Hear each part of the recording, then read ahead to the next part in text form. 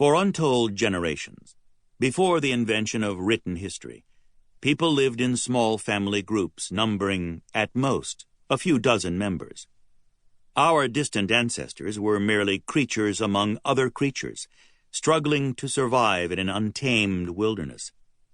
Called hunter-gatherers by modern social scientists, they were nomads, wanderers, people without a fixed place to live or call home. Each group had little contact with other groups, going from place to place, hunting animals and gathering roots, nuts, berries, and fruits to eat. Unable to preserve or store food, nomads had to move continually, and on foot, to find their next meal. Without the wheel, a later invention, they also lacked draft animals. In fact, they kept no animals except dogs, used for hunting and, in a pinch, for a meal. They carried their few possessions, strapped to their backs or lashed between two wooden poles, which the women dragged along the ground. The men walked ahead, armed with clubs, stone-tipped spears and bows and arrows, eyes peeled for danger or for game to pursue.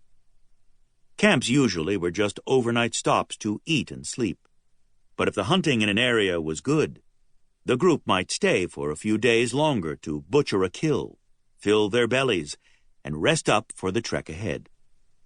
Hunting accidents, falls from trees, feuds within a group or with other groups took a steady toll. Still, the nomadic lifestyle had one advantage. It limited the impact of infectious diseases carried by animals.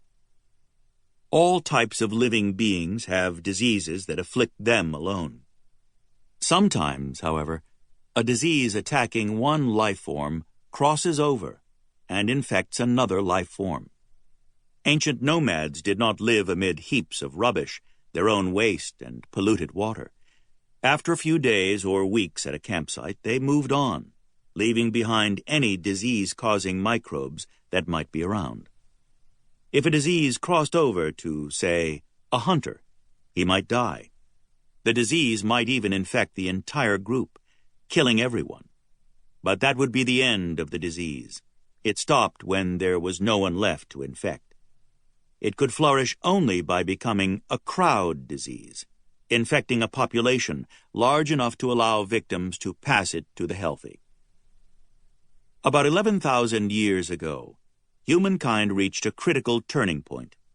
Across the world, big game animals, mastodons, giant sloths, and saber-toothed tigers became extinct, probably because of overkilling by the hunters themselves.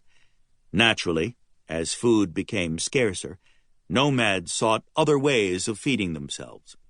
Many began to experiment, growing wild plants like wheat, barley, and rice for food. They also learned to domesticate wild animals, that is, to tame and raise them. Cattle, horses, oxen, sheep, goats, pigs, ducks, geese, and chickens.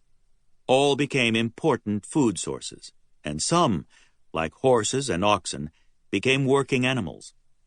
This turning point, called the agricultural revolution, placed new demands on people.